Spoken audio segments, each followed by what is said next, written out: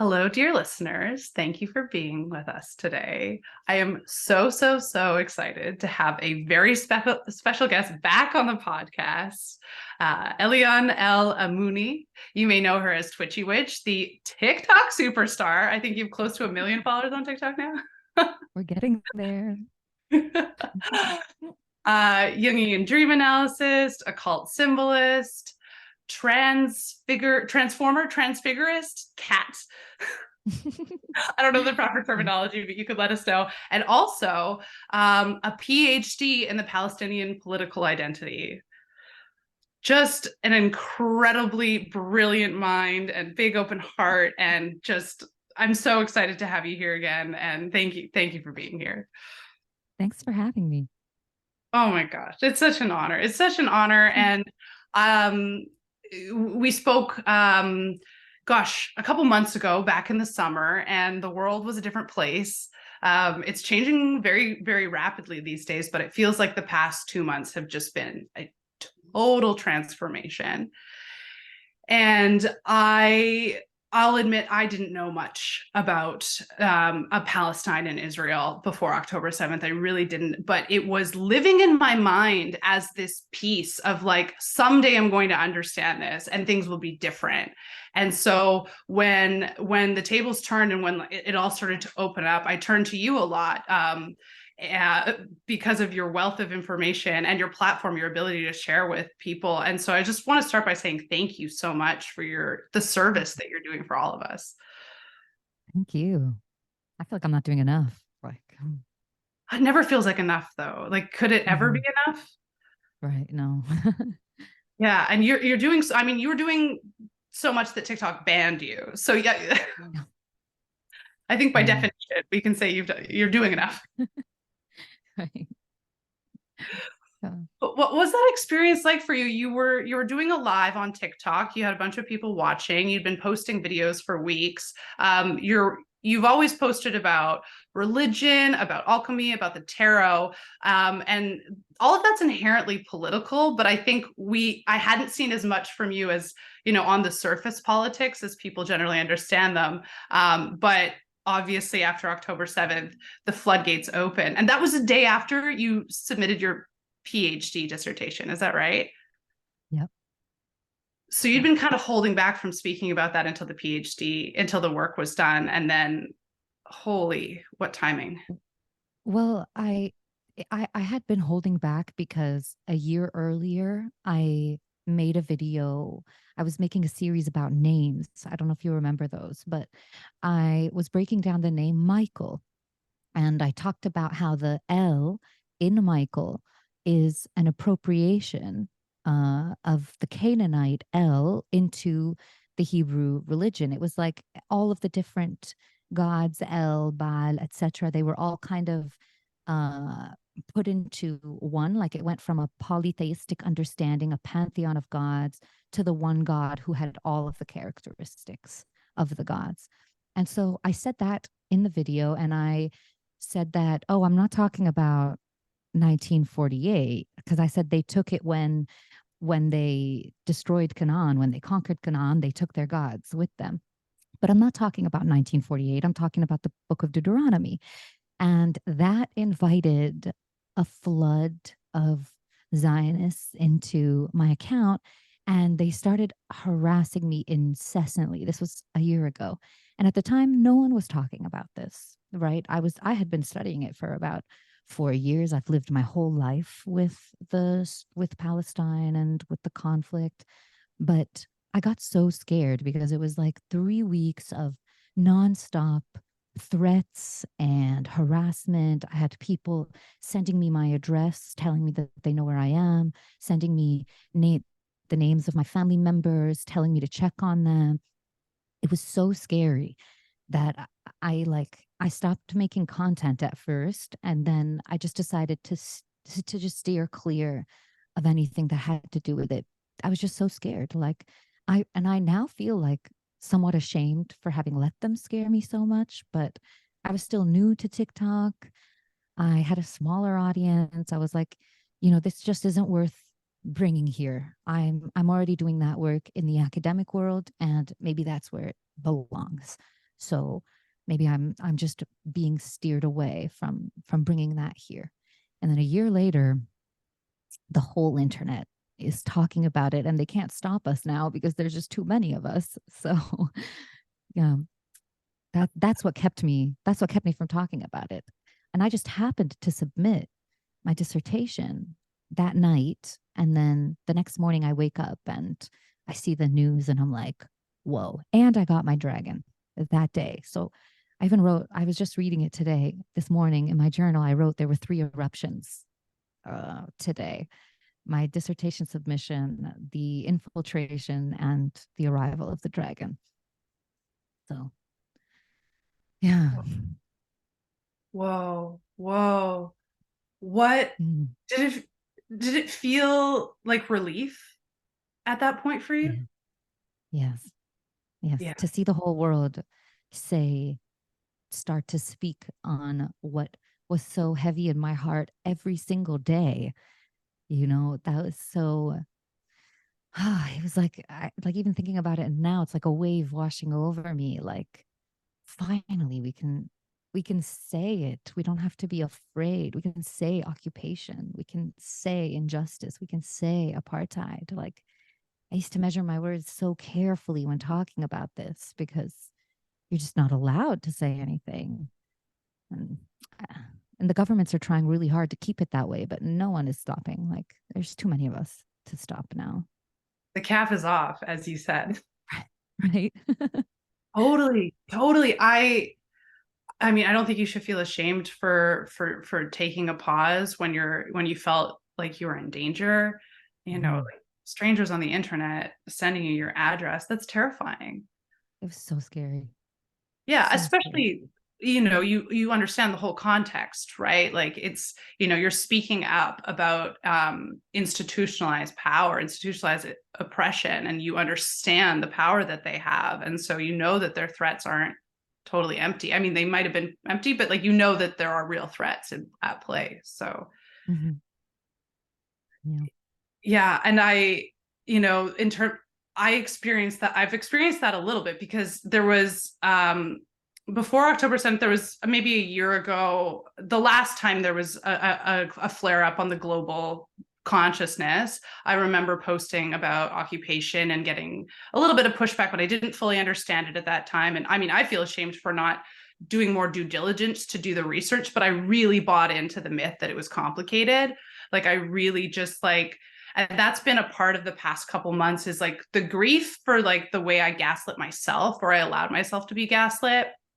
But when after October 7th, I started educating myself actively, and there was so many more resources available, and I had you to follow, and just, I was like getting this language and I was posting, and within like right away, someone reached out, a Jewish friend, and said, don't use the word occupation. And all of a sudden said all of these things that I couldn't do. And that gave me pause because, I'm like, I didn't know enough. And so that it spurned a lot more research. And then someone else ended up reaching out and pushing back. But as I educated myself and then witnessed the pushback, it actually made things clearer because I got to see, I got to ask questions to the people who were pushing back and starting to see what their worldview was and starting to see where the holes were. And that actually helped me, like, speaking out and like getting someone saying, well, no, you can't speak out, you can't do this. And it's like, oh, things are becoming so much clearer now. Yeah. No, you can't. It's like people trying to keep out a tsunami, like people telling you, no, you don't take the wall down. You're letting in the tsunami, bro. We need to let in the tsunami. It's a force of nature. Your dams and your walls, it's not going to keep it out. Like, it's coming. Can't stop it. Yeah. That's something I've been feeling lately, because part of what I do is advocate for other people to use their voice and to step up. And at the same time, I feel like what's unraveling is going to unravel regardless of what any of us does individually. And so we have so much power in our choice to step up and take action, but also it's going to happen. Like the paradigm is shifting, and that's just, Mhm. it's done. Mhm. Yeah. Yeah, exactly. You can't stop the shift. And we are going to look back in retrospect at, and we're going to study the people and the ways that they tried to stop the shift. And, seeing this on, because I spent a lot of time on like sometimes like Israeli TikTok, IDF TikTok, just to see what's going on over there. And it is literally like watching the Nazis make memes in real time. And I just keep wondering, like at the time, if people could see what was happening, in the way that we do now, how they have reacted. And why is it that we can see so much and still behave the way people did 100 years ago and look away and pretend that, this is okay. This is just needs to happen. Collateral damage, the effects of war, all of these words like, bro, are you all right? Like, does someone have a hold on your mind? Are you okay? Like, do you really want to be remembered this way? Because this isn't going to be forgotten. No tyranny lasts forever. Yeah. When was the last time you felt deeply? Because if you're not being shaken right now, then like, oh no. Yeah. Yeah. But It is that's nuts. yeah, but I mean, that's the whole imperialist agenda is, well, the way that they're able to continue is by keeping people numb, by encouraging them to consume instead of feel. And that's, I think, why Israel can exist is because people haven't healed their pain, because they're suppressing it. They're not willing to look at it. They're not willing to sit with the depth of it, and therefore they become blind, or they can become brainwashed because they can't actually access their spirit or their humanity. It's like the heart is occupied, essentially. Like what occupies, colonizes your heart, essentially. What has colonized her? I think that was one of the first videos that I made to ask ourselves that, to ask ourselves what we're trying to purge. What is it inside of you that you reject so deeply that you're willing to obliterate it without a second thought? Could it be integrated? Because that's, I think, the fundamental problem with Western colonialism, Western empire. It refuses integration and wants to impose itself in a way that rejects all other, essentially, rather than integrate. Mm, mm. The definition of evil, trying to eliminate something. Well, it's more that the creation of evil is in that urge to obliterate, because you have to first say that the other is evil, the other is absolute darkness, and it's my job to eliminate the darkness, right? Rather than to know that the darkness is essentially the effect of light. If there is any darkness, it's coming out of you. It's your shadow. And like I think a lot of people even approach personal shadow work that way. Like, this is a part of myself, like this is my shadow self. I need to destroy it. I need to ruin it, without realizing that, well, the shadow is there because it wants to protect you. These are all these protective measures that you've taken unconsciously that make up your shadow.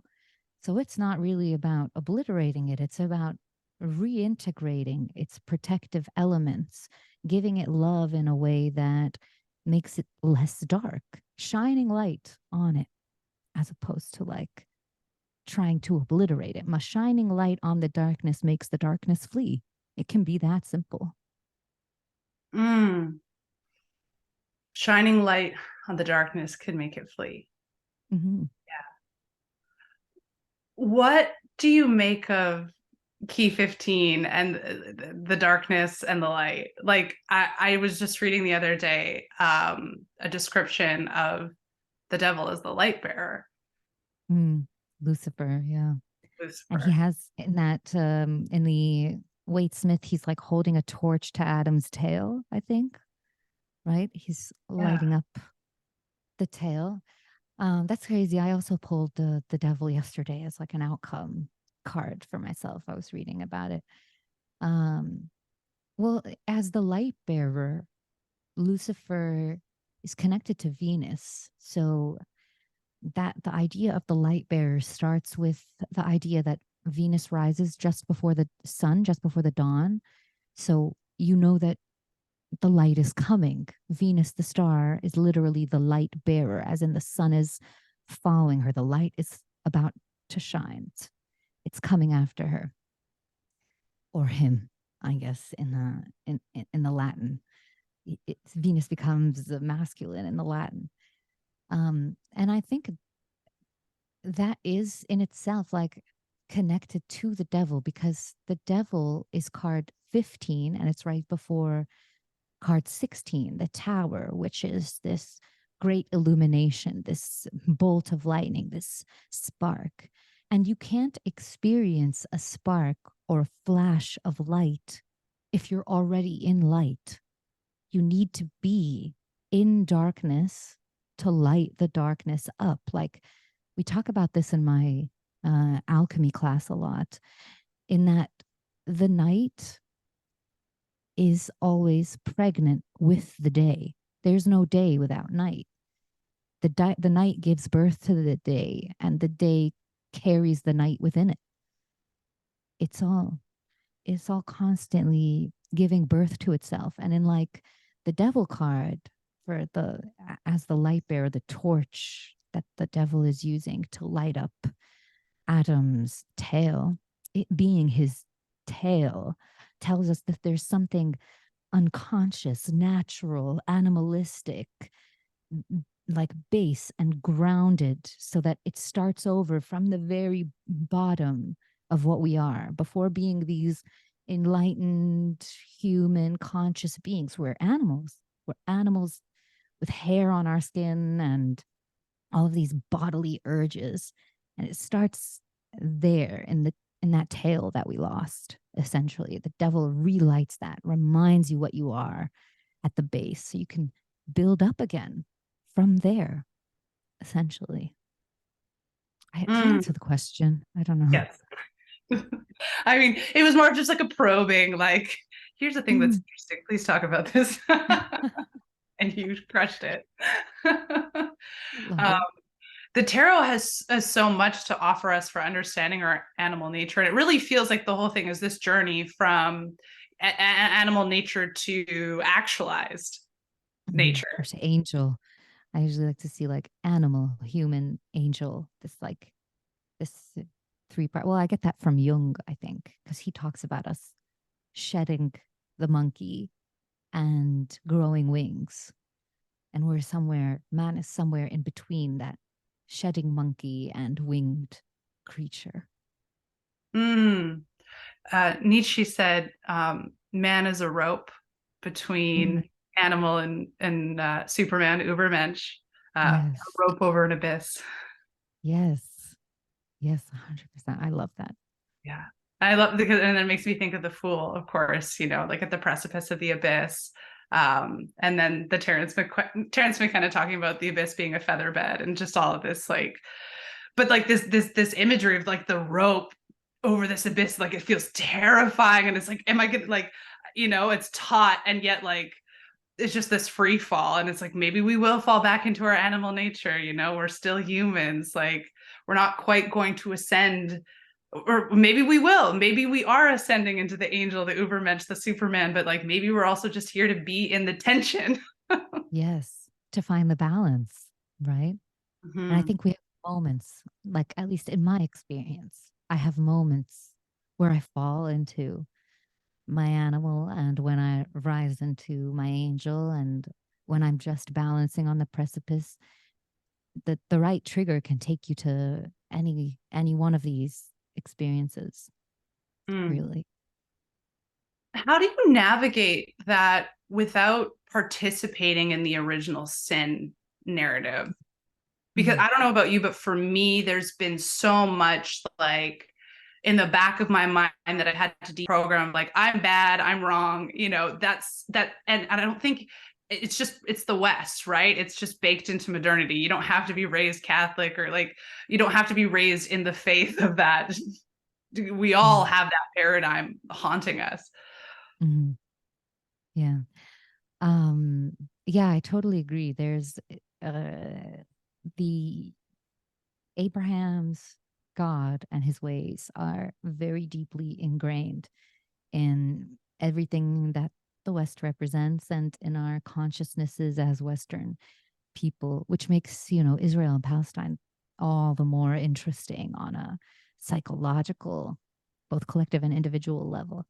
But I was very lucky from a very young age to be protected from the programming because I Mm. didn't grow up in a religious household.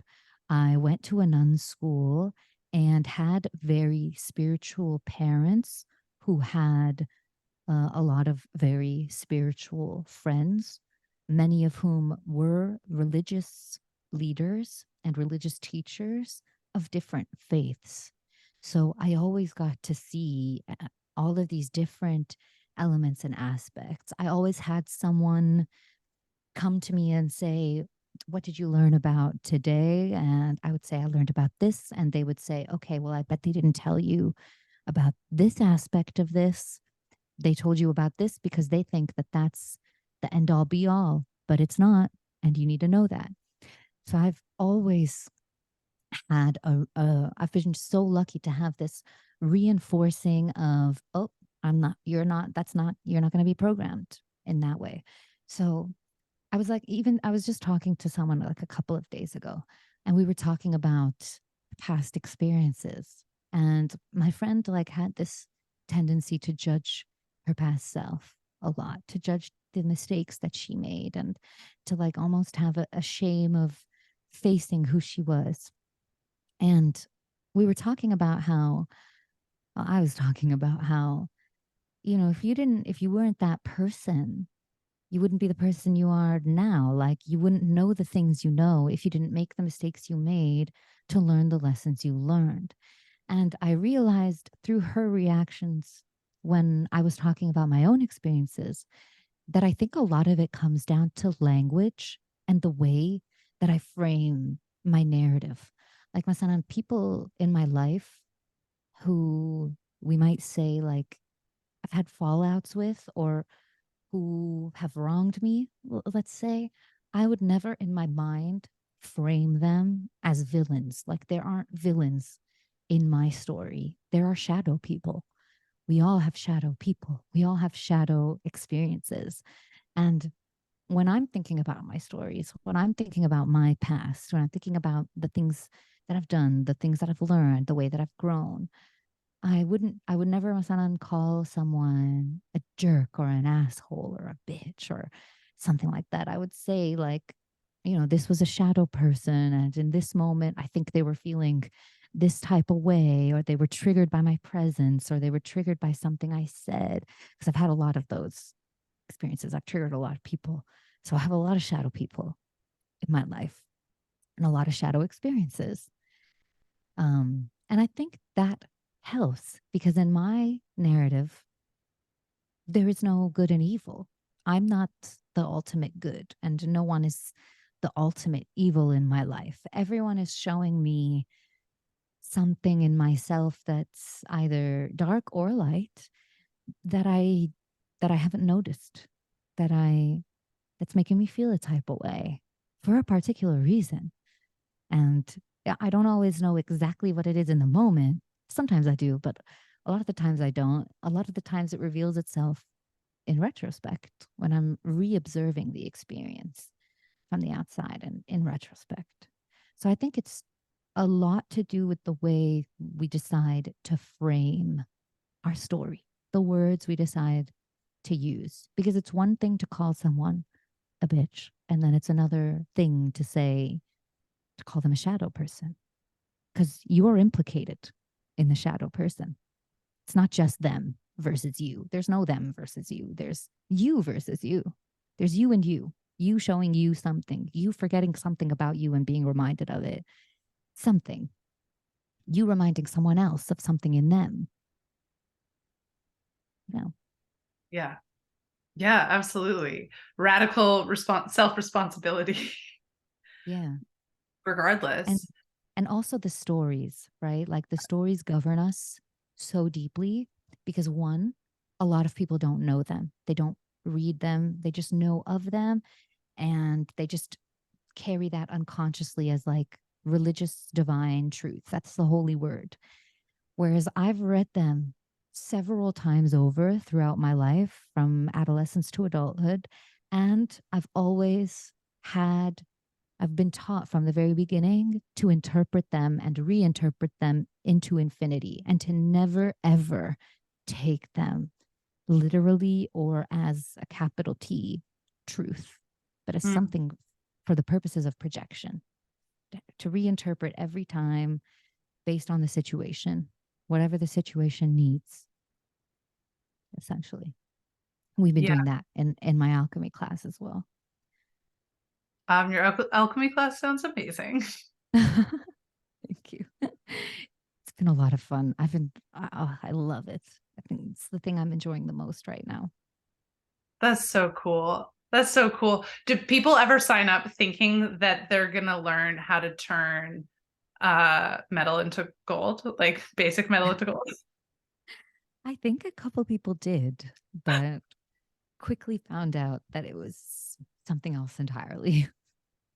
Like the philosopher's stone is a metaphor. Right. Right. But perhaps it was also a real thing too. I don't know. Mm. There's a lot to say. There's There's a so lot much to to say. say. Yeah. Well, I'll go back to the stories.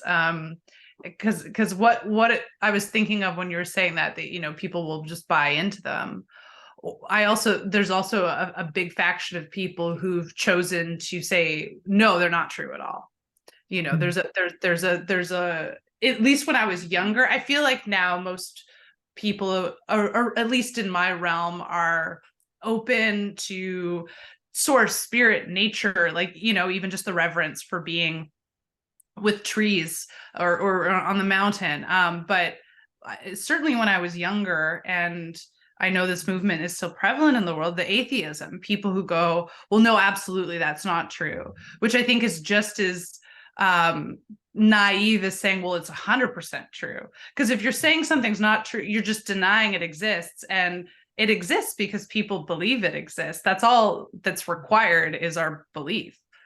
Yep. And it rejecting it entirely gives it as much, if not more, power than choosing to engage with it and reinterpret it, because its power is in its subconscious existence. It exists in our collective unconscious, whether we like it or not, whether we're atheists or we are religious. It's there. So an atheist doesn't realize that they are doing what the Israelites of the Old Testament were ordered to do by their God, to totally reject the other gods because they're not real. I'm the only one that's real. They're doing the same thing. Religion isn't real. Science is the only thing that's real. Like so your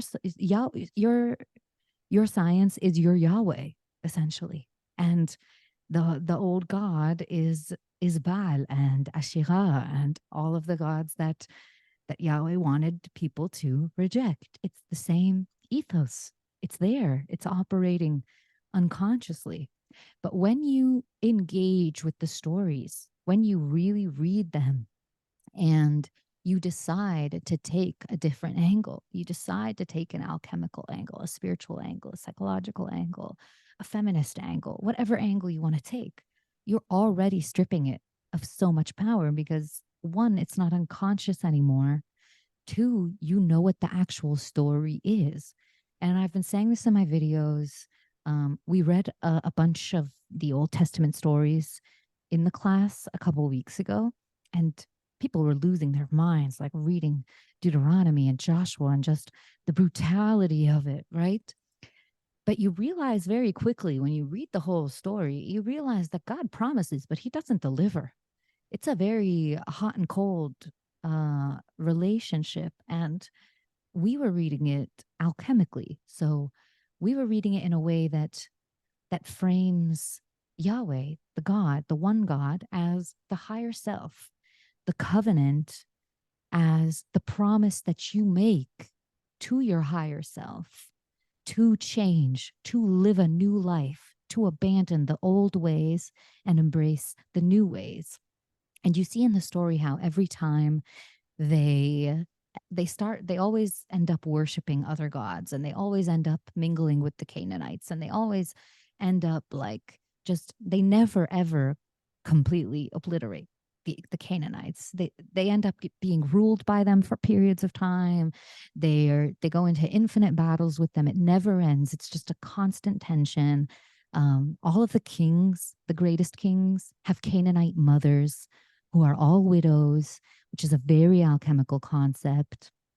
All of these things that get looked over because we just focus on God promised them the land and they were told to obliterate everyone, and that's what they did. No, they didn't. No, they didn't. The same way that you don't make a promise to yourself and suddenly become a new person. That's not what happens.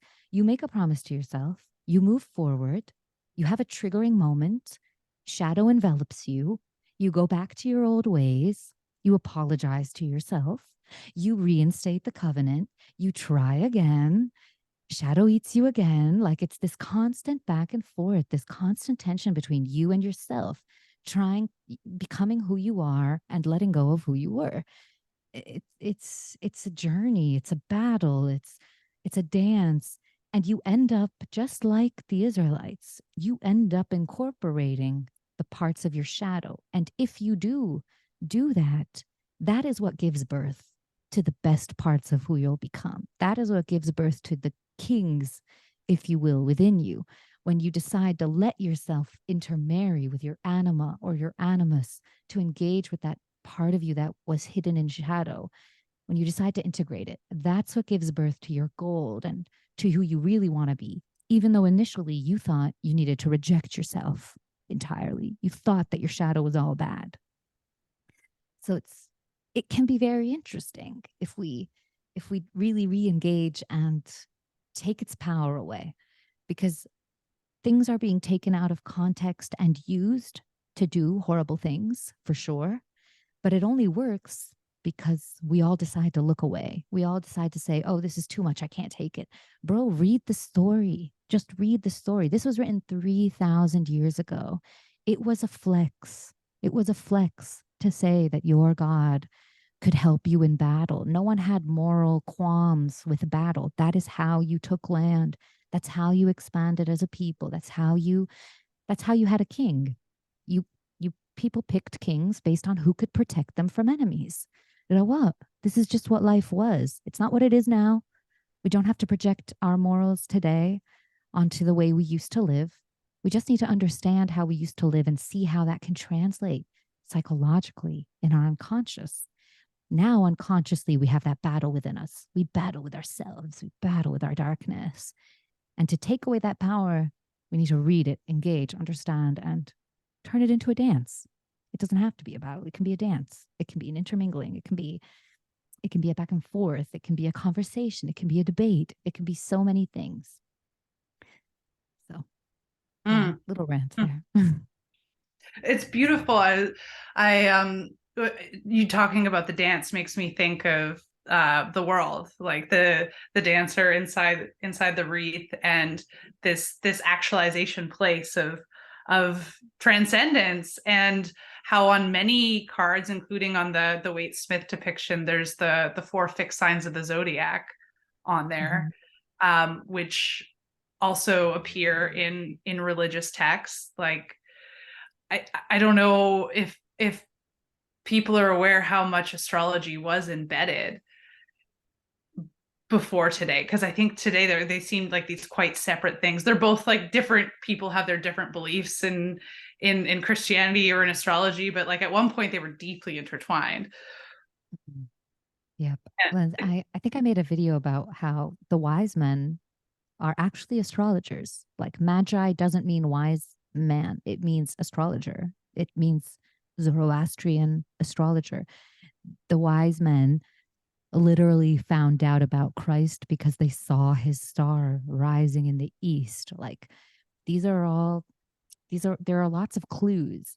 Every time something major is going to happen in any of the stories, Old or New Testament, there's always 12 men. There are 12 spies, 12 tribes. There's 12 that are moving. I wonder what that could be. Like, yeah, no, there's a lot. And alchemy has always been, is deeply connected with astrology. Astrology is an essential part of alchemy, the above and the below, right? The stars and man. It's all one. It was one in Egypt, where a lot of these stories come from and a lot of the inspiration for them come from. It just becomes so much more dogmatized as time goes by, as empires take these stories and use them as like the explanation, like a divine ordinance to colonize. Like, well, God promised us the land, so that's obviously what this is about. Yeah, but also like remember how God like didn't keep his promise? Like, don't you think this is a bad idea? Because it's probably not going to work. Like based on the story, which you're using as some kind of manifestation guide, this is going to end really badly. Like this probably isn't the way to go. The story ends really badly for the Israelites. The more they try, the worse it gets. Like, doesn't get better. It gets worse. Like, did you check the text? Like, didn't you see? Right. You're like, what? I No, remember the video literally. you made about that. You're like, bro, like, no, like what you're quoting, like, you don't succeed. Like, do you understand what you're referencing, what you're invoking? Like, No, literally. Like that's some messy magic. That's the messiest magic I've ever seen. do they? I mean, it's obviously so intent. Obviously, it's so intentional. It's so intentional, but on what level, right? Like, is it just pure animalistic greed? Is it all about money, the inability, like, or the suppression of pain? Like, what psychologically allows people to be so horrifically cruel and so out of touch with even their own mythology? Mm-hmm. Yeah. I think it happens little by little. Like I like to put myself in, like to try and put myself in the minds of people like Netanyahu or Hitler or someone. So, like, when I'm thinking of Netanyahu, I've watched some of his interviews when he was younger. He was like a little more moderate.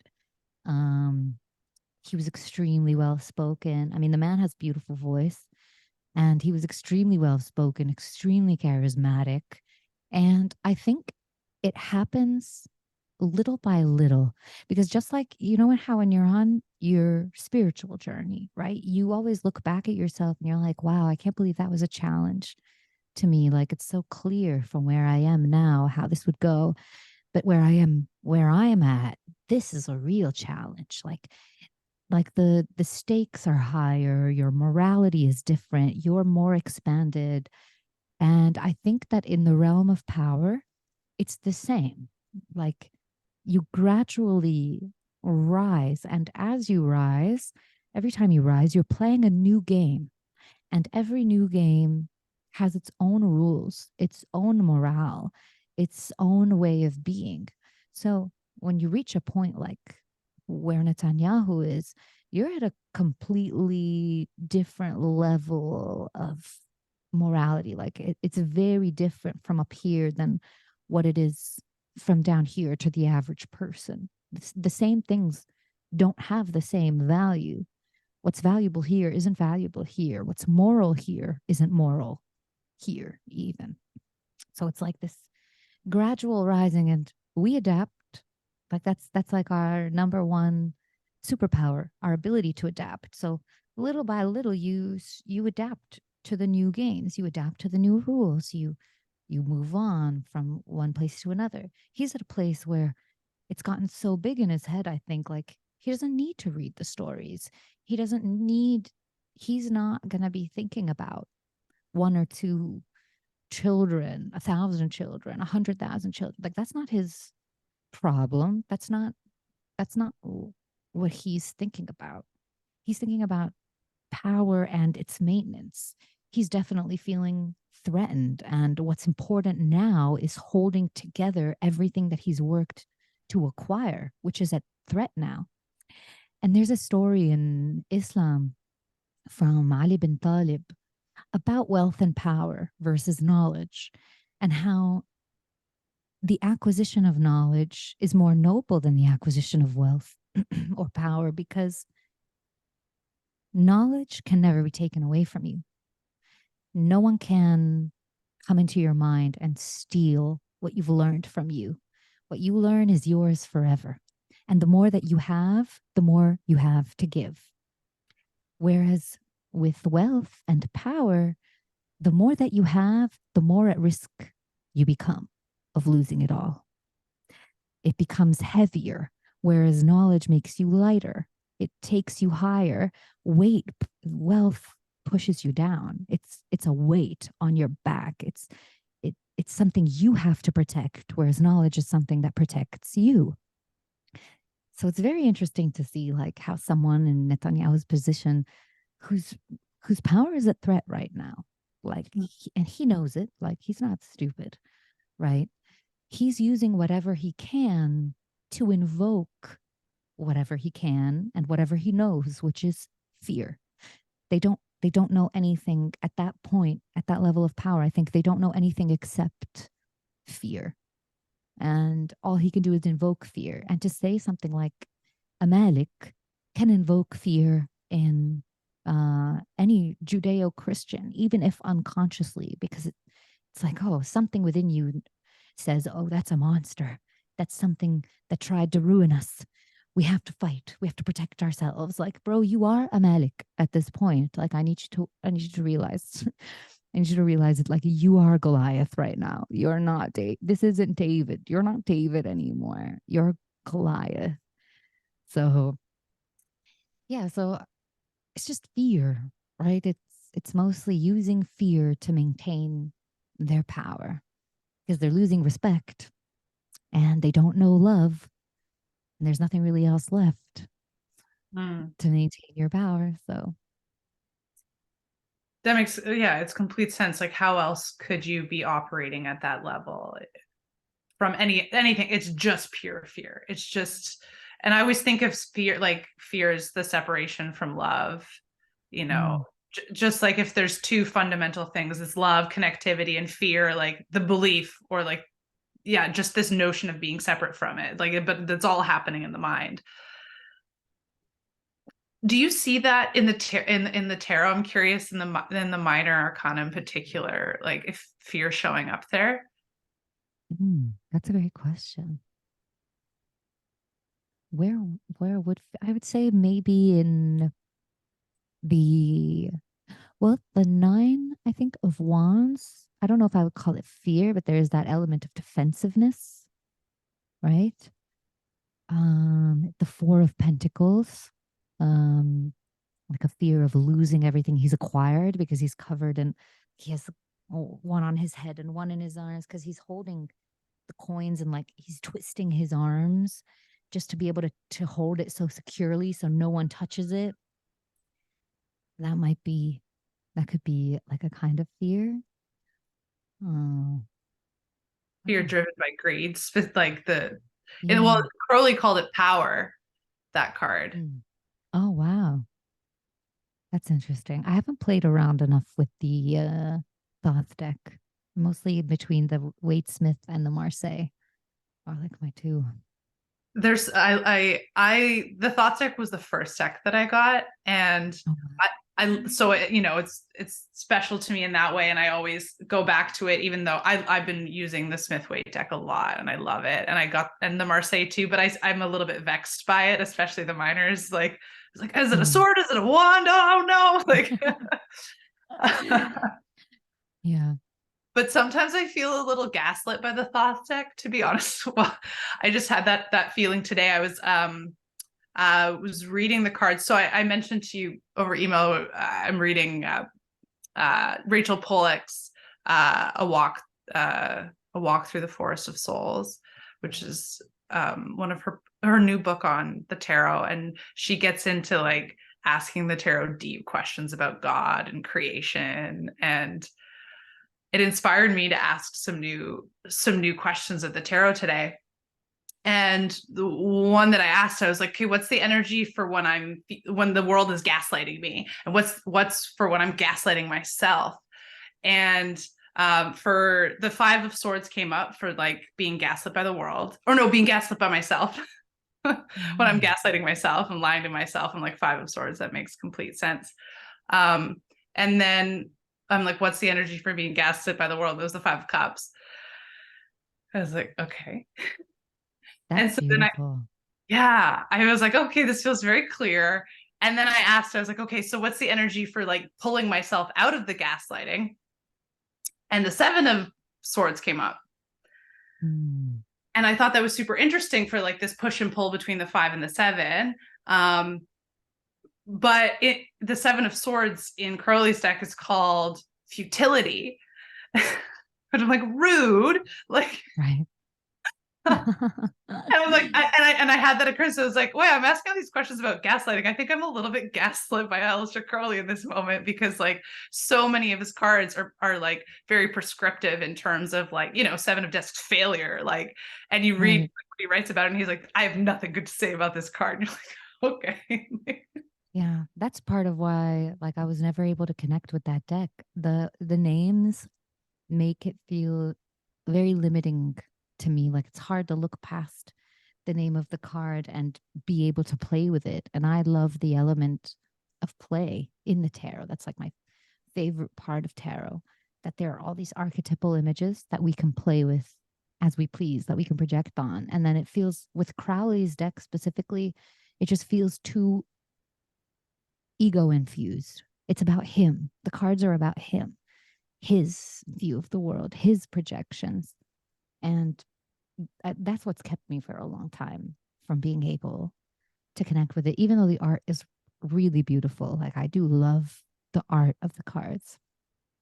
I just can't deal with the personality that just comes through so hard. And like from everything I've read about him, like I just I'm not a huge fan as a character, like of him as a character. I think he has a lot of interesting aspects, and I like the way that like his energy kind of brought all this chaos to the Golden Dawn, which is really cool. But at the same time, it's just like it's like an energy I don't want to engage with, and I already bring enough chaos to my own life. Like I don't need you piling onto it, to be honest. You set me free, a deeper layer during one of your tarot workshops, where you're like, rip up the booklet. And I had the thought deck in front of me. I was like, I can't do it. I was like, you have to do it. You have to do it. Free. You have to free yourself. Yeah. And like, I mean, yeah, he sounds like he was a bit of a pill. Maybe that's a kind way to put it. But I've loved working with the deck, but the more I studied the tarot, the more I realized and like all of the bias present. And there's just it's the stories, right? Like if you're certain that that's the truth, then it's going to become the truth for you. And like the tarot like can be this self-fulfilling prophecy, where you're just like, and you caution this a lot in terms of reading, like the magic being between the reader and the querent, and like what that dynamic. But personally, I found so much value in exploring them on my own, but definitely to the point of it being a crutch. Maybe. But I'm curious, you said that in the Latin, Venus became masculine, talking about the 5 and the 7, right? Because 7 being the sphere of Venus, and 5 being the sphere of Mars. Does Mars become feminine in Latin? I don't know, actually. I'm not sure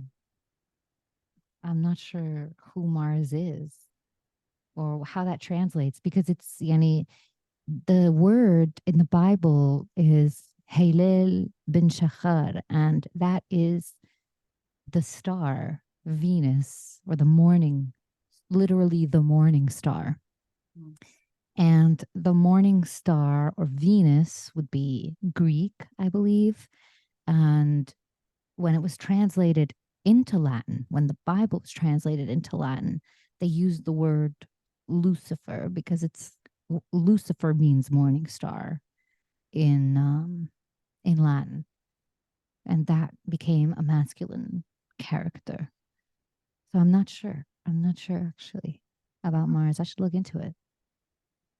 Yeah, it's just interesting because it's so, I mean, culturally, like men are from Mars, women are from Venus. Like that's just Right. baked in at this point. Yeah. And I've been learning about the dynamics of the tree of life, like the Kabbalah tree of life, and the relationships between like 7 and 8 or 5 and 7. And yeah, I keep looking at 6 as this place where I want to be, like this heart center place. And Mhm. like how do Mhm. I survive these? Like, I don't want to be in the 5 place. I don't want to be in the 7 place. Like, how do I get back into the middle? Yeah, I feel you. But, we just are where we are. Mhm. Yeah. I also pulled the Five of Swords today. Did you? Hmm. As part of this tower reading that I did. Mm. Yeah. But yeah, but the to just comment on your point, it's definitely valuable to play with the tarot on your own. It's just a next level kind of magic when like really reading and wanting to read into messages and find new clarity and perspective when you have someone else, because they're going to see something that you don't see. If you are both being open, if your hearts are open, if you're letting yourself play and be in that child consciousness, you can find so much perspective just putting the cards between you and someone else. It's a different kind of experience. It's definitely a beautiful mystical journey. And I think it's really valuable in terms of esoteric learning to just sit and play with the cards alone. I mostly just warn people of, like you were saying, making it a crutch for yourself or spooking yourself, right? Like, because lots of people still kind of approach the tarot with this, oh, it's telling me the future and the future is set in stone. Like, bro, no, it's not. I need you to calm down. Like, this is right now, the future is right now, you're making it happen. You being worried about this happening, that is setting it in stone for you, but you can chill and it doesn't have to be that way. Like, just, you know what? Yeah, you start to fixate on something, and then you start, yeah, causing the ripples and, and taking the steps toward it. It's like when you're, driving or riding a bike and there's a pothole. It's like, don't look at the pothole, because if you do, you're going to go over it. Like, you gotta like look where you want to go, not where you don't want to go. Right, right, be aware of the pothole and move aside. That it can be simple. Like, you don't have to worry about the pothole. You literally have a steering wheel. It's like the bike isn't forcing you to go into it. You have free will. You can turn the wheel. Mhm. Yeah. The And wheel like could in turn the its own, but Abrahamics, yeah, in terms of to go back to the Abrahamics, just because you just reminded me, like you saying free will, that becomes an important aspect of the Abrahamic religions with Islam. Islam re emphasizes the importance, the significance of free will in humanity, in the creation of humanity. When God is creating Adam, it's a very explicit that he creates him with free will.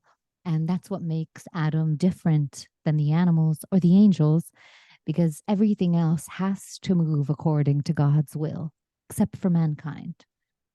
Mankind gets free will. And the angels are like, what? Are you crazy? Like, how could you? Like, everything we've created, what if they destroy it? Like, don't you see? Like, they could ruin everything. And God's like, listen, I know a lot of stuff that you don't know. Let me do this. Now bow down because I love this creation. It's my favorite. Bow to my creation. Mm, that's so yeah. cool. I've never heard it framed like that. Like that we're the only ones who got free will. Like that Mhm. like is it. Us and Iblis, actually, the jinns, the jinns also. I believe, have free will, but that's just implied because Iblis, the devil, when God asks the angels to bow, he says no. He's like, no way. I'm not bowing to this thing. It's younger than me and it's made of clay. I'm made of fire. I'm better than him. Why would I bow to him? And God is like, bro, if you don't bow to him right now, I don't care how beautiful you are, I'm sending you out of here. Because Iblis, I think, is the only jinn who's allowed into heaven because he's so beautiful. That's also something that's emphasized, his beauty. And he essentially says, no way, like I'm better than this guy. Like I'm not, this isn't happening. And then he gets sent out of heaven, but he's allowed to stay on earth to test mankind's free will, essentially. And God is like, you do that. You play your games and we'll see each other in the day of judgment. We'll see. We'll see what goes down. We'll see what they choose. And like lately, I've been thinking about how this kind of feels like right now. It feels like one of those days of judgment, like one of the it's an apocalypse, like an actual uncovering of so much. And we're really being called to judge who we are. Where do we stand in all of this? Like, what will mankind decide? Who will we be on the other side? Will we be the people who facilitated a genocide in the House of Peace? Or will we be the people who stopped it from going any further? Will the age of colonialism and aggression and imperial oppression, will it end? Because this is its last cry in a weird way. Well, what's going to happen? Is it going to be allowed to root itself? Is this going to be the way we move forward with violence and force and moving each other out of what we know, where we know we belong? Or are we going to put an end to this? What's it going to be? Who's going to win, God or Iblis, essentially? Whoa. And when you talk about God in this context, you're talking about Yahweh, like Mono Daddy? Well, yes, but like he transforms, right? He's not the same in the New Testament as he was in the Old Testament. He changes. And then he's not the same in the Quran as he is in the Old or the New Testament. Because in the Quran, he doesn't acknowledge Jesus as his son. He acknowledges him as a prophet, a very important prophet, born of a virgin, all of the things, but still not him, not him in the flesh, just a prophet, a very important one. And then Muhammad is like the seal of the prophets, the last that he'll send to earth. He is still mono daddy. He is still one. Very important that he is one. He is the father of all and everything, everyone and everything. But yeah, it is mono daddy, but after he's grown up a little bit, right? Like even in the New Testament, it's like he has individuated in a way. Like when you're reading the Old Testament through, you see how he gradually starts to learn to communicate more and more. Like in the beginning, he's prone to just burn people to the ground if they piss him off, to drown the entire earth, to just, it's like he's this blubbering baby, like he doesn't know how to communicate. He just knows how to react. He just knows how to be upset. And then little by little, he learns to communicate. He learns to say what he wants and to forgive. And then finally, he continues to grow until finally in the New Testament, he becomes flesh. He becomes man. He becomes individuated, manifest as this human who is so non-reactive in most situations. And that when he is angry, it is a righteous kind of anger. When he is enraged, it's a holy rage. And who chooses, even at the pinnacle of suffering, to still love, to still choose love, right? Like even on the cross, he doesn't choose to deny himself. If we're still seeing, like, in that symbolic sense, the higher self that we're trying to embody, the greatest test of that is Jesus' sacrifice. And it's like, well, now that you're up there and he's not saving you, are you going to deny him? And he's like, no. Like, what? I don't, I mean, I'm upset, but I'm not going to say this hasn't been my fate because I knew that this was coming. It's very interesting. There's so many ways to read it, right? It's so interesting. Well, it's so fascinating because I was raised in the Christian faith a little bit. Like both of my parents were my mom was brought to Catholic church, my dad was brought to Christian church, and both of them were like, but there was still that, like, I guess we should take the kids on holidays. That like, I don't know if it's the Occam's razor. Is that like, if God exists, then you should, I don't know if I'm quite the right thing. Occam's razor might be something else, but it might be this, where like it's kind of gambling. Like, well, God might exist or God might not exist, but if God does exist, I should err on the side of I think Occam's razor is something else. It's anyways. No, I know what you're talking about. And it's like, yeah, I might as well just believe. If he doesn't exist, whatever. It's not like I lost anything. But if he does and I didn't believe, then I'm screwed. Like, yeah. Yeah. And then it's like, though, which God though? Like which one? Yeah. Like which flavor of monotady? Because it's interesting to hear you talk about it as the Abrahamic religions, because I feel like most people don't.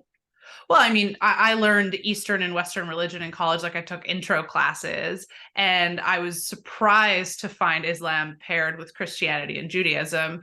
Just not having that knowledge previously, that I'm like, oh, they're paired together. Okay, this is new information. And then you go deeper, and then you realize the roots and like the linear, the chronological passage. And now hearing you say how God changes and how he adapts and how he grows and kind of evolves through these mythologies. Just as the prophets do, right? Like he kind of comes through in the stories from the prophets. They're the ones who communicate him to us. So with every prophet, there's this like new interpretation of him. There's this new way that he shows up, a new attitude, more perspective. Like Anna, because of the way that I was raised with all of this, and like because I was always interacting with sheikhs and rabbis and priests, like they were all my mentors and they were all friends and they were all very spiritual and they all taught me to think for myself. Like I can't read any of these books without each other. Like to me, they're a trilogy, a natural trilogy. They almost don't make sense to me without each other, even though I know like, especially like Judeo-Christian theologians, they like to like poke in on every little detail and how, oh, actually, this wasn't actually a monotheistic thing until this reign and this king and this blah, blah, blah. Like, bro, I need you to have a little more retrospect. Like I need your perspective to just open up a little bit. We're here now for a reason so that we can have all of this perspective. And when you read them all together and you see that perspective getting wider, like my favorite of the books is the Quran, to be honest. Like I don't believe, that I'm not a believer in anything, because how could I be at this point? But in terms of like the magic and the perspective, my favorite is the Quran, because the Quran has the benefit of coming afterwards and having all of the stories. So it incorporates the Gnostic stories, it incorporates Apocrypha, it incorporates Old Testament, New Testament, analysis, commentary, critique. It has the most perspective in terms of the books. So it basically is like, it shows up, if you will, it brings itself to the table with the awareness of the other books, right? So it like will reference the other books. It almost presents itself as a companion reader, like the Bible tells the story as if you're reading it now, right? Like this is what's happening to them. This is what God demanded. This is why they failed, blah, blah, blah. The Quran will be like, remember when we told Moses to go and do this and that. And you remember how we punished Moses? Well, maybe we didn't make it clear the first time, but we punished him because of 1, 2, and 3.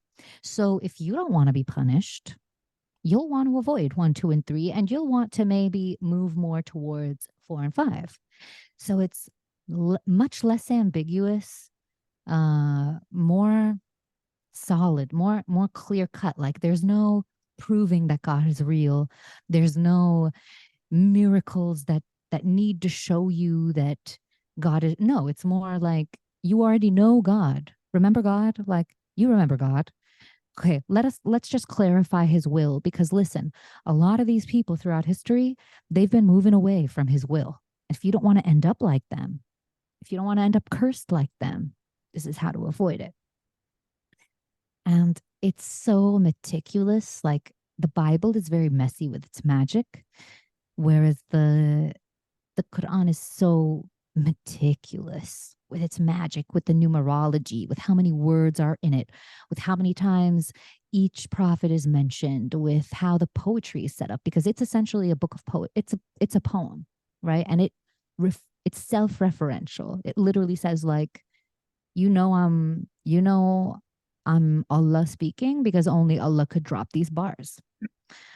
Literally, like it literally says that at some point. It's like, this is how you know this is a holy book, because no one else could drop bars like this. No one else could drop these divine bars. The exactness, the numerology, the everything about it.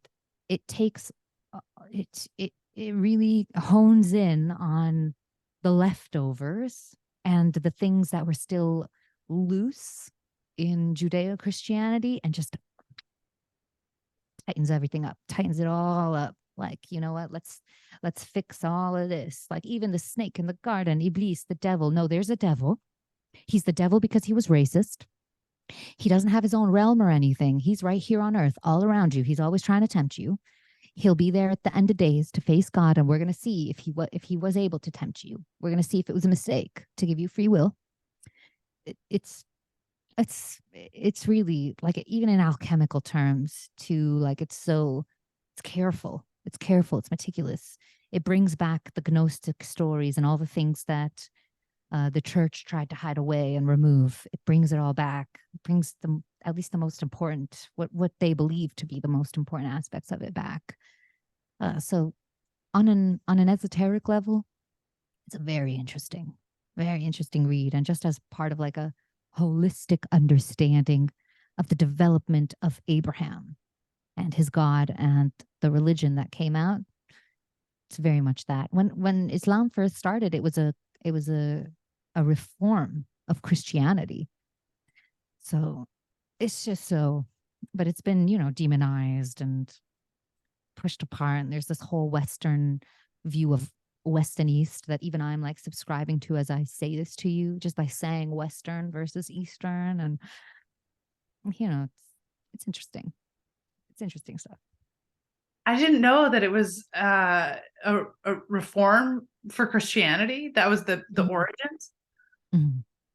Yeah, That's almost like a sect. It almost like started almost like a sect in Christianity.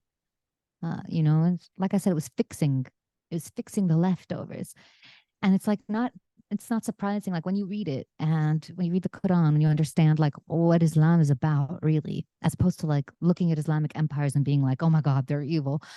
When you actually read the religion, the book, the source material, you can understand why the Black community in America was so drawn to it, because Islam really is like the underdog's word. Like it's God saying like, the least of you are the first, and this is how, not just the way that Jesus said it, because they say that but they don't practice it, and it's not real. They give the highest and the richest of you everything.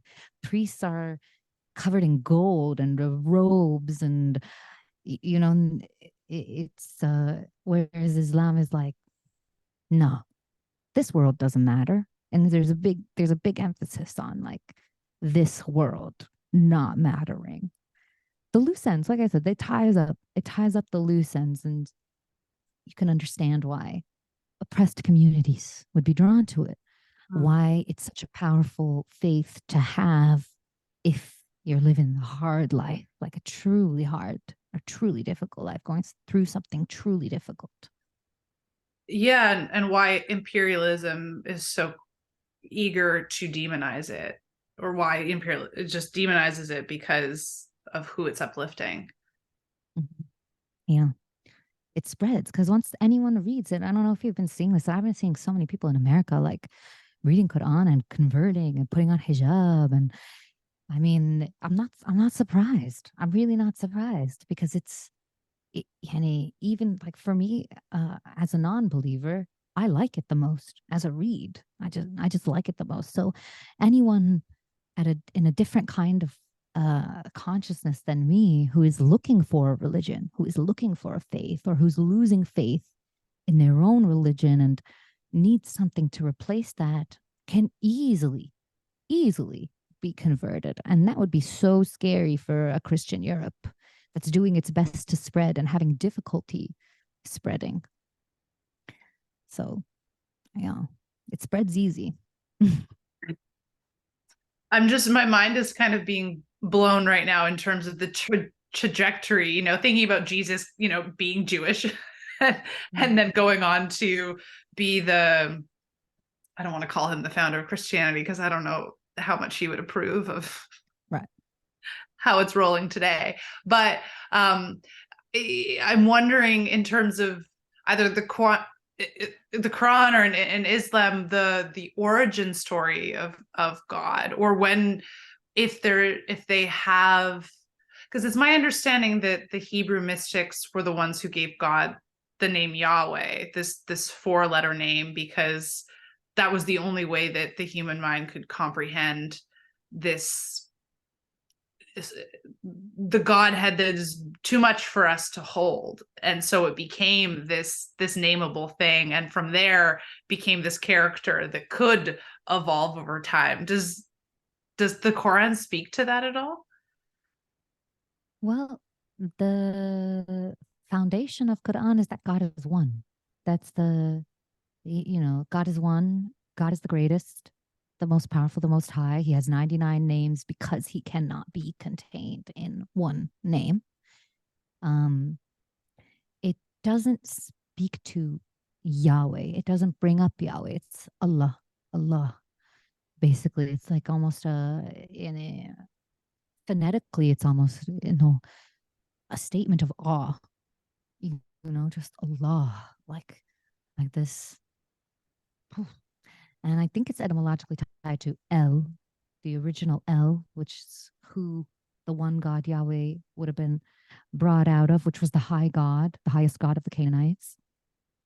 In the Canaanite religions, El, the high God, the creator of men, had a mother. Asherah would have been his mother and his wife, right? That idea was obliterated, which I've been trying to explore lately because I just think it's so interesting. And in Deuteronomy, God Yahweh goes out of his way several times just to say, "Don't you dare worship Asherah. Don't you dare erect anything for Asherah." Like he says it repeatedly, oftentimes out of context.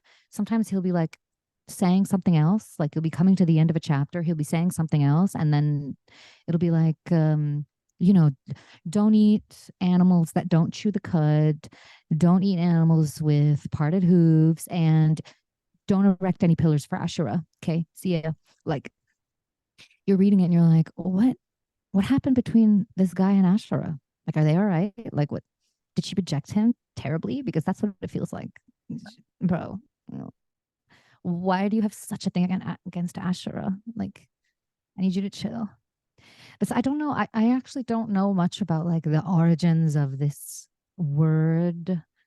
I always felt like those things that always seem like they're hiding something so beyond magnificent and true. I always err away from that.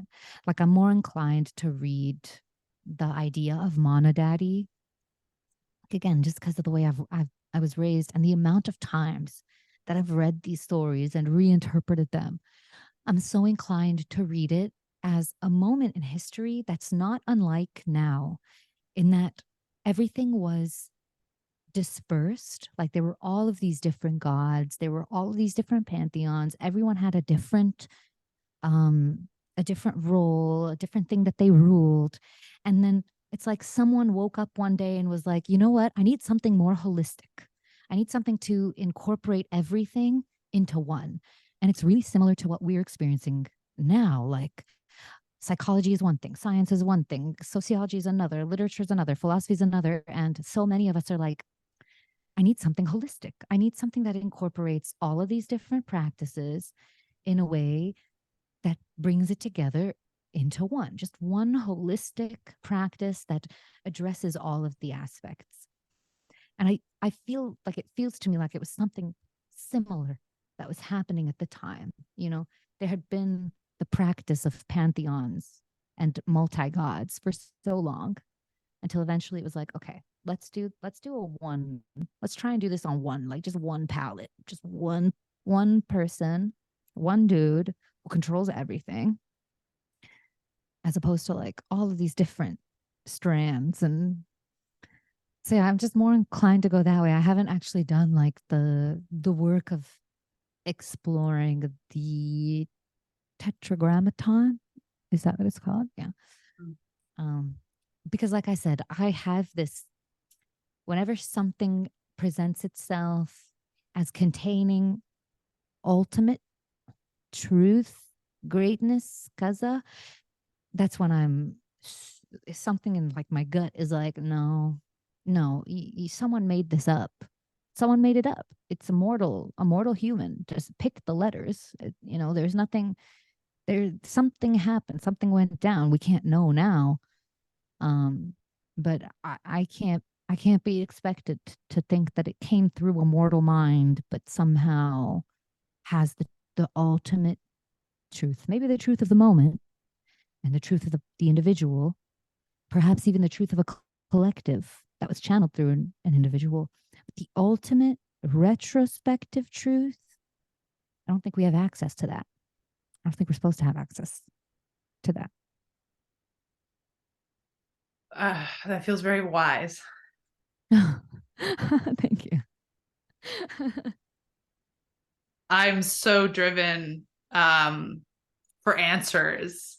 And I know I think, you were talking about knowledge bringing lightness earlier, and it's just such a beautiful feeling that, it can just support us in that way. But to actually think that there's some place of arrival is it's just one of those illusions. It's kind of the Seven of Cups, reaching for all of these, if I could just access, and like, no, it's this beautiful illusion. And like, yeah, the whole point of that origin is that like it was unnameable. It's not possible. Our human minds can't conceive it, at least not in language. Like the mind can't go there. Perhaps we can have embodied experiences. Maybe we do all the time.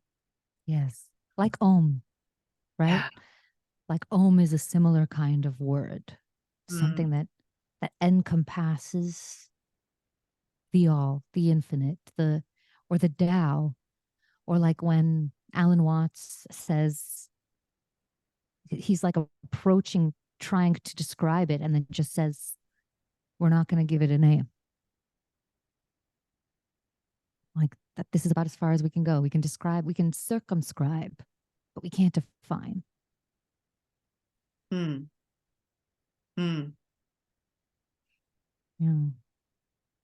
I think what we can define, though, and I love that you keep bringing up Ashira and speaking to the existence of the goddess before the god. Yeah. And Mono Daddy's insistence that we not worship her.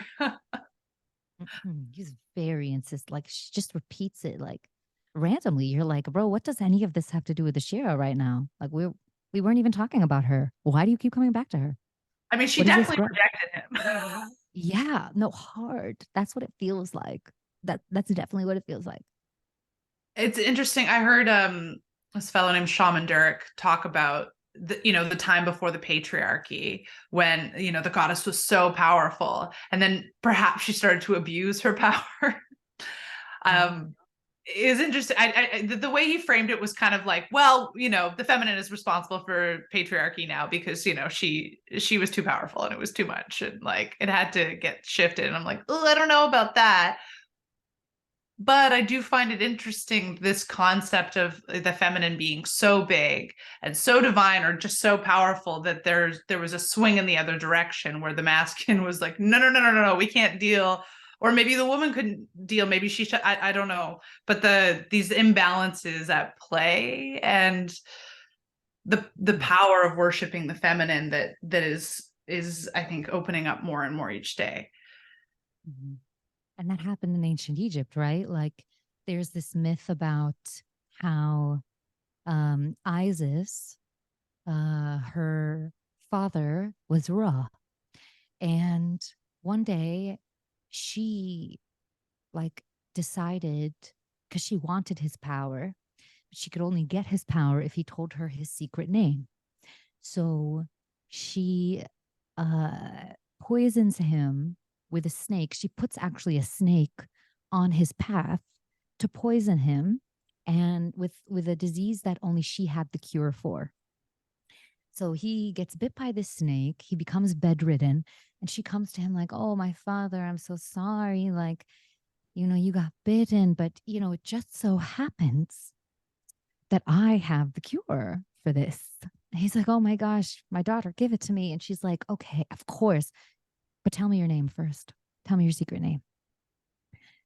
And he gives her the name, and I think she lets him die. And that marks the shift in ancient Egyptian culture from when the people worshipped Ra to when Isis suddenly starts to become like the embodiment of all the powers. So she moves from being just a simple moon goddess to becoming a sun goddess, a solar goddess, and an all-encompassing mother goddess. Whereas before that, the sun was Ra, essentially.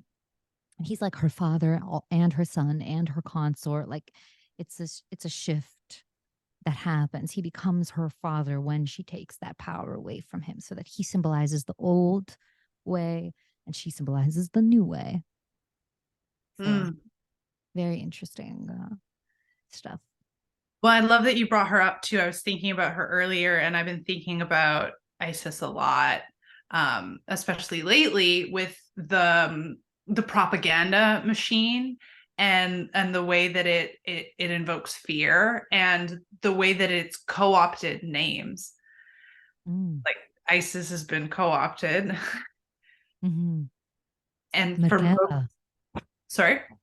Merkaba, the magical chariot, the IDF, IOF, sorry, they've named their tanks Merkaba, Merkaba 5, Merkaba 3, something like that. What else? There's so many things that have been taken, like the star, the 6-pointed star. Like that was never. I don't think it was until like the late 1800s, early 1900s that became religiously associated or nationally, especially nationally, politically associated. The same way that the swastika was never meant to be a national political symbol. It's a spiritual symbol.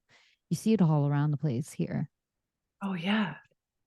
And Yeah, it's in the it's Far East. normal in many cultures. Like you go like into an Indian sweet shop and they're like, oh, there it is. And I've done a bit of research actually on the swastika, and there's some people who say that it's the oldest known symbol. Oh wow. And that it appeared in every corner of the globe. And how Yeah, interesting is it that we banned it in many places after the Nazi regime ended, but it didn't actually make the hatred go away. It just banned this beautiful symbol. Like it associated with it like froze this hatred on top of it. What you resist persists, right? Yeah. We've been trying to suppress. During the time that I was getting harassed, I made a video about Hitler and about him being the shadow of Europe embodied, and how we have to be careful not to fall back into that, to wake up the archetype, or else it was going to take us over. Literally where we are right now, right? And I got so much hate for that. So like it was unbelievable. I couldn't believe the way that people twisted everything I'd said to make it the most negative, anti-Semitic, hateful. Like, I'm literally saying that we need to wake this thing up so that we don't reach that point again. How are you misconstruing this? Like, man, how do you think that anyone in their right mind, like, you don't think that the Germans were possessed by a collective shadow of Europe? Like, you think people just wake up and burn people alive in their right mind? Like, is that where you are in your mind? Because if you are, it feels like you might be that kind of person. Is that what you're saying? Like, something's wrong. That's, no, you're justifying. I can't believe you're justifying the Nazis saying that it was a mass psychosis, saying that.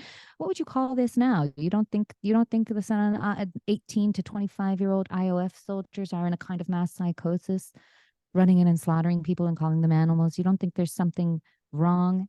You don't think there's something asleep in there, some kind of monster that's taken over their whole psyche to justify them being able to do this? You don't, doesn't ring it doesn't click, doesn't resonate. No. Humans are inherently evil, so we just do these things because we love to. Like, right? No, literally. That was the stuff people were saying, stitching my video, being like, oh my god, she's actually justifying the behavior, she's doing this, she's doing that. Bro, who am I to justify? This has been over for almost 100 years. Who am I right now? Is the United Nations going to come out and be like, well, thanks to Elianne's video, we've now decided. Yeah. you did it. Congratulations. We've decided that the Nazis are off the hook, thanks to Elianne's. Bro. No, I've been sitting with this because I've been sitting with Yuval Noah Harari's Sapiens and some of the messages that came out of that book. And then one of the messages that I took from that book, because he really belabors the point that Homo sapiens killed all the other types of human. Like, he talks about how, like, Homo sapiens were just so violent, they killed off the the other one. Neanderthals. Don't know why I can't say that word right now, but and I've referenced that. I referenced that over the years. And like, well, and I'm like, I'm always fighting for the good. I'm like, I think we're inherently good, and yet I would reference that anyways as this sort of throwaway for like, well, I guess it's just in our nature that we're violent. It's always been this way, and yet, like, that's not true. Not only like that science has been debunked, and he's been, more and more people are questioning his narratives. He's a very compelling storyteller, which is why the book sold so well, because he knows how to tell a good story. But he wove these facts together that gave this overview of the human race that is just not correct. No, I don't even know why, but I was never able to buy or read that book. I don't know why, right? Like, I just had a weird intuitive rejection of that book. Everyone would talk to me about it. I'd be like, no, never read it, have no interest in reading it. I tried to read it a little bit because my friend was so obsessed with it. Couldn't even get through the first chapter. And I was just like, you know what? I don't need to read every book on the planet. And hearing him speak since the 7th of October has made me feel so good about my decision, about my intuition. Like, oh, I really knew deep down, like, this is not a person who I want to believe, or a person whose thought I want to particularly respect or hold in high regard. It's just not. And he made that so clear that I was like, oh, thank goodness. Like, so glad I never wasted any time on that book. So glad. Yeah, absolutely. But it just was so popular. And like you said, your friends being like, so many people talking about it, be like, oh, this is the thing. And he became this thought leader. I mean, he is still a thought leader today, even though more people are questioning him. But it's amazing how we anoint people and decide that their truth, their narrative is the story because it maybe fits or is comforting or just our friends believe it. But the power of these stories, and he says it himself, is that false stories have an intrinsic, like, are intrinsically more intriguing to people. Like, Tell me you're projecting without telling me you're projecting. Like, it's like here's this beautiful truth that you've offered us amongst all of the pseudoscience where you're just showing us your, yourself. literally. And remember too, like, a lot of culture and popular opinion is shaped by systems of power. Noah Harari represents the power system. He works for the power system. The way he's been speaking about the conflict just goes to show that he is in communication with people of power. He is staying true to the narrative that he has been told, paid, threatened to push. And that's who he's been all along. This isn't a new thing. He knows it's not a new thing. He is Israeli. He pushes Israeli-ness. I seen him after October 7th, like, I saw one of his older interviews where he was talking about how Israel is just this small little country, this beautiful small little country in the Mediterranean, just hidden away and, so small. And it's very sad that, they're just surrounded by enemies and, and no one wants. I'm like, you call yourself a historian. I would chill. Like, I would be a little more careful because, like, you're going to lose a lot of respect someday. The truth makes its way around. We all grew up in school learning about Christopher Columbus, how he was a hero. He was an explorer. He discovered the new land. He was so brave that he went out into the open waters looking for India, and he found the new world. And unfortunately, there were people there were natives who were barbarians, and they were hostile to him, and they didn't know Christ, and they didn't want to know Christ, and he was forced to call for backup. And they wanted war because that's all they knew, how to fight and how to have a war. You grow up learning. This is what I learned, in Canada. Like, this is something we learned on, like, Canada Day, right? Or Thanksgiving or something. And that day, masalan, and this is like one of the ways that I've been protected, right? Like, I've just been really lucky.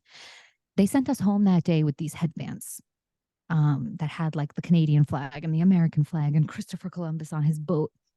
And I went home wearing this headband, and my parents see it and they were like, "What in the world?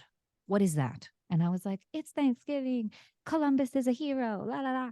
And my dad literally takes it off my head, sits me down. He's like, "What did you learn?" And I was like, "I learned this and this and that." He was an explorer. He did this. He did that. He was like, okay, listen. Whatever they teach you at the school, I don't want you to argue. Like, don't argue with them. They know what they know and they have their own story. But that's not what history is. That's not what happened. He did not discover this place. He didn't discover it. Lots of sailors had been here before him. Lots of cultures, Vikings, Phoenicians, lots of people came here, and they lived with the people, and they brought their own practices, and they learned from the practices of the people, and they integrated with them, and they lived with them, and they stayed here, and they flourished and everything. And Christopher Columbus everyone knew that this place was here. They came for what they knew was here, and it was gold. They came because they wanted gold. They knew that there was gold, and they came for the gold. He didn't come here because he was brave. He came here because he was greedy. He came here so that he could ruin the earth and take the gold. Like, I'm just like this 7-year-old, 6-year-old kid. I'm like, he was greedy. He was like extremely greedy. All of Europe, that's what they wanted. They had run out of their own gold because they were so greedy that they had used up all their own gold, and they needed more. So they sent Christopher Columbus to get more. And they had every intention. They knew that there were people here, and they had every intention of killing them. And you know what? The real story is that the people here were so strong that they couldn't even fight them. They had to make them sick. They had to make half of them, if not most of them, sick because they couldn't fight them because they were too strong. Even with all their money and all of their power and all their technology, they couldn't fight these people. You can't fight the people of the earth. Like, and I'm just sitting there like, what? Oh my God, this is so different than what I learned. This story is crazy. And I was just like taking it in, like, oh, okay, I see. So Christopher Columbus is the bad guy. No, Christopher Columbus is the worst guy. Okay, like he he was a pussy, and he couldn't even fight them. They couldn't even fight them with everything they had. They couldn't even fight them. That's how powerful the people here were. That's how connected to their land they were, and always there was the tie with the Palestinians, like just like the Palestinians, and that's why the Palestinians will never leave, and that's why Palestine will never die, and da da da da da. And I was just like, okay, I get it. Okay, I get it. I get it. All right, I get it. So people just go places and they try to take stuff. That's how it goes down, and then they pretend to be heroes. You got it. Okay, cool. And then always the don't even bother telling your teachers this. Okay, they know this, they know it, but they don't want to tell you. So don't tell them. Okay. Dissonance, but okay. Cool. Wow. Yeah. Did you ever push back? Yeah. Did you ever like ignore that advice and you're like, I gotta tell my teachers what's up? Yes. But I wouldn't straight up tell them. I would just ask questions. Like I would ask a question to see what they would say. Like just to make sure that like my dad wasn't lying to me. Like I would like like I would ask my son. I remember asking about the blankets because my dad, when he told me that story, he told me specifically a story about blankets, how they put diseases. The way he put it was that they put diseases, polio, I think, in the blankets, and they pretended that the blankets were a gift to the native people, and it gave them all polio because they couldn't fight them. Because the point of that story was to tell me like how strong the native people were, how they were real fighters. So Europeans were just greedy pussies. So they had to make them sick. They had to make them weak, or else they couldn't take them, essentially. So I asked my teacher. I was just like, I asked one of the nuns, like, do you know the story of the blankets? And she was like, what blankets? And I was like, well, I read on the internet. The internet was very new, right, at the time. I was like, I read at the library and on the internet that Christopher Columbus gave the native people blankets with diseases on them to make them sick. And she was so taken aback. She was like, no, I've never heard that story before. I don't think that's true. I've never heard that before. And I was like, never heard that before, huh? Okay. Sure. All right. Wow. Cool. Wow. Yeah. 7 years old is like, can't trust authority. Like, Legit.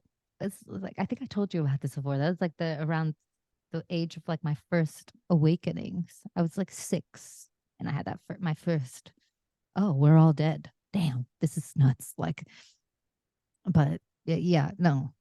A year before that, I had I had already had like like a weird confrontation with one of my teachers because I said that the map was wrong. I don't know if I told you about this, but we were in a geography class and we were like naming all of the countries. And at my house, we had a pre-1948 map, an Ottoman map. So right under Lebanon, you have Palestine, right? Palestina, Mount Lebanon, District of Syria, Damascus, Gaza. So we're in the class and we get to Lebanon and I'm like all excited. And then I see Israel under it. And at this point, I'm growing up in an environment where we don't hear Israel, we hear Palestine. That's my reality. So I see that and I'm like, is this map from the Bible? Because there's Israel. And I'm just like, sir, actually, under Lebanon, there's Palestine. And he looks at me and he's like, there's no such thing as Palestine. And I was like, yes, there is. I live in Lebanon and under it is Palestine, and we have a map at home. And I'm like explaining this to him that like we have a map at home. It says Palestine. I can bring it in for like show and tell. And he cuts me off and he's like, "Get out." I'm like, I'm like 6 years old, right? Like I'm just, why? Like literally, I look at him I'm like, why? And he's just like, "Go to the principal's office." I was like, "But what did I do?" He's like, "You're talking back. Go to the principal's office." Talking back? I'm literally asking you a question. Like, wait, what? Elianne, go to the principal's office now. I'm like on the verge of tears, just trying to be strong, right?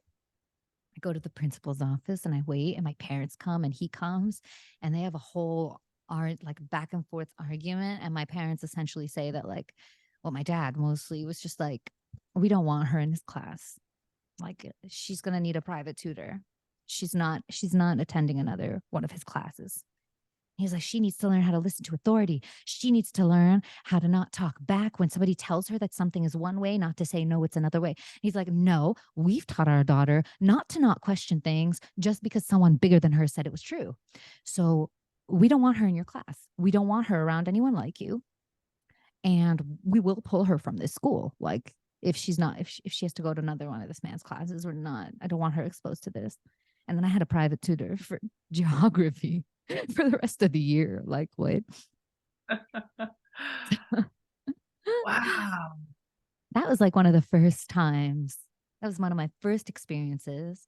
It was around the same time as my spiritual experience, right? I don't know which came first, but I do remember realizing at the time that there was something fundamentally wrong with the world if we couldn't agree what a place was called.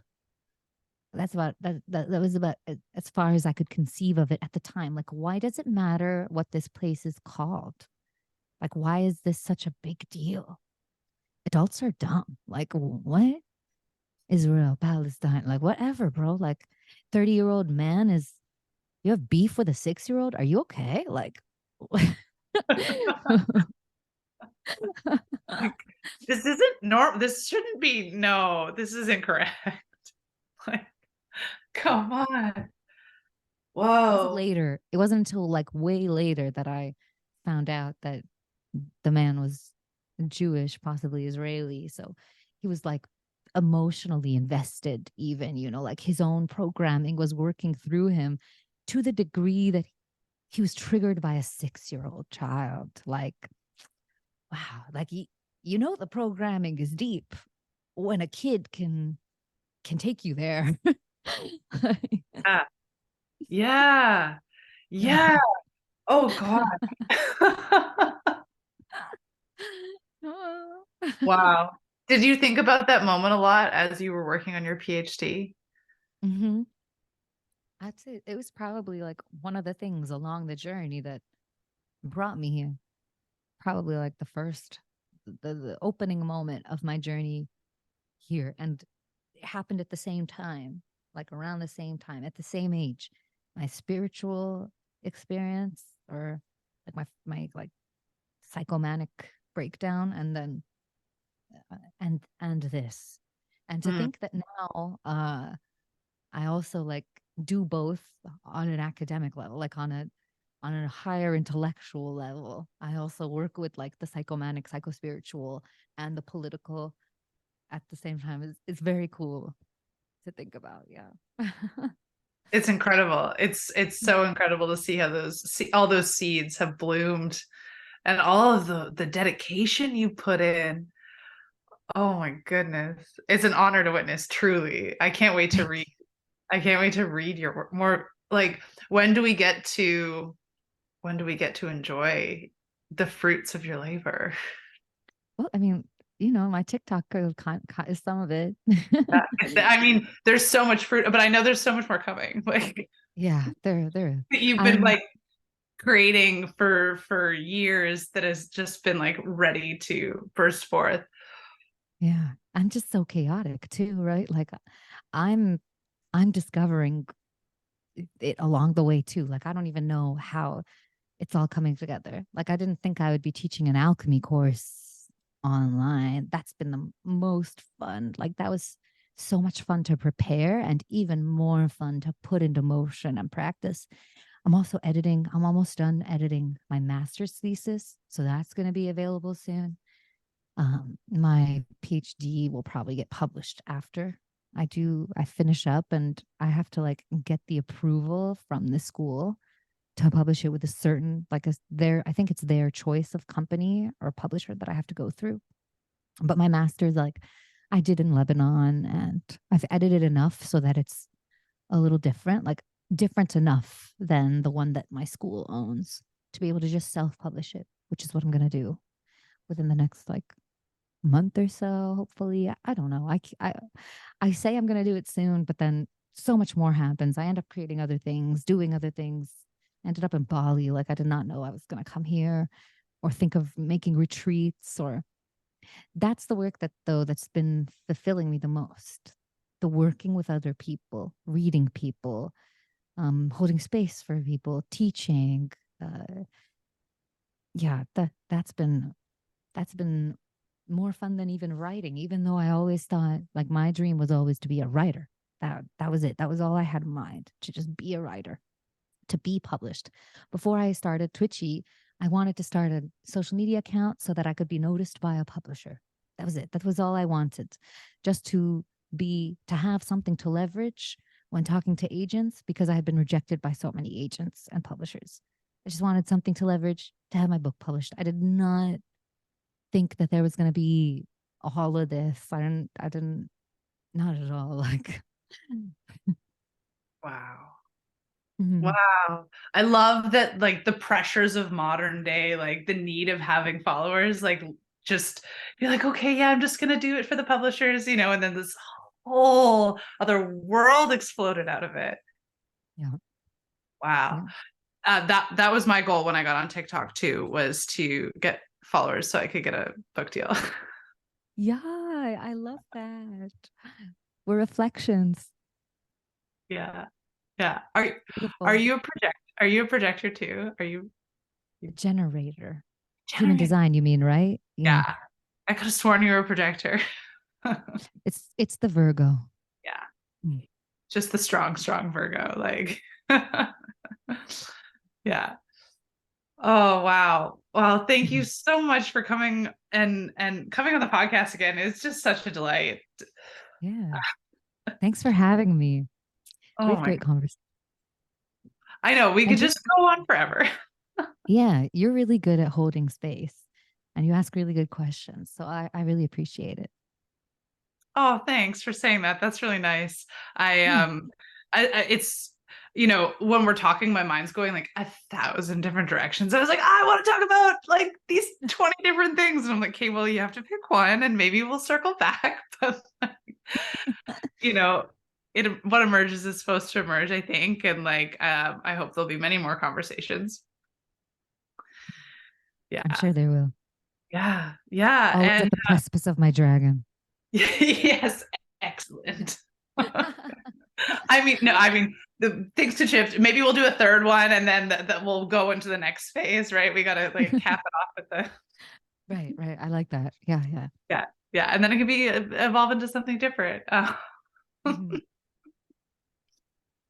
Amazing. Well, thank you for being here, and everyone who's listening. If you're not already following her, she's Twitchy Witch on all of the socials. On YouTube, there's some long form content, including some tarology, some really nice intro courses, and Discord as well, with where the community is at. And I'm sure they can access the Alchemy School through the Discord or through any of the social media platforms, Linktree. And also, you have published a book of poetry, right? So you Mhm. already there is she's a published author, ladies and gentlemen, and our non-binary friends. Sorry, all of the people can read Ilia's beautiful words anytime and follow her on TikTok. So yeah, thank you for sharing all of your gifts with us.